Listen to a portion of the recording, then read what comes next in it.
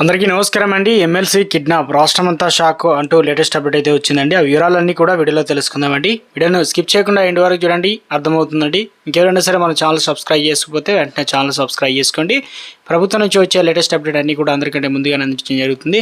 అదేవిధంగా చూస్తున్నారు కానీ లైక్ చేయడం మర్చిపోతున్నారు, దయచేసి లైక్ చేయండి. లేట్ చేయకుండా వీడియోలోకి అయితే వెళ్ళిపోదామండి.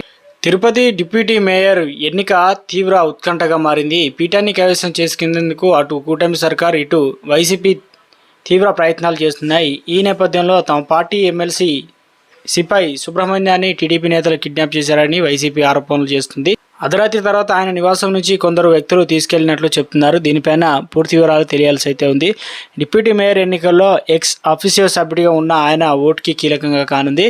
ఇక డిప్యూటీ మేయర్ ఎన్నిక వాయిదా పడిన నేపథ్యంలో రెండో రోజు తిరుపతిలో అర్ధరాత్రి ఉధృత పరిస్థితులు నెలకొన్నాయి. వైఎస్ఆర్ కాంగ్రెస్ పార్టీ సమన్వయకర్త భూమన అభినయ రెడ్డి డ్రైవర్ ఇంటి వద్ద, అభినయ బంధు Kaushik town bank vice chairman Vasudeva Yadav ఇళ్ల వద్ద గందరగోళ పరిస్థితులు నెలకొన్నాయి. రెండు పార్టీల నేతలు పెద్ద ఎత్తున రోడ్ల మీదకి చేరడంతో ఒకరిపై ఒకరు ఆరోపణలు చేసుకున్నారు. ఈ క్రమంలో ఒకరిపై ఒకరు దాడి చేశారంటూ పుకార్లు షికారు చేయడంతో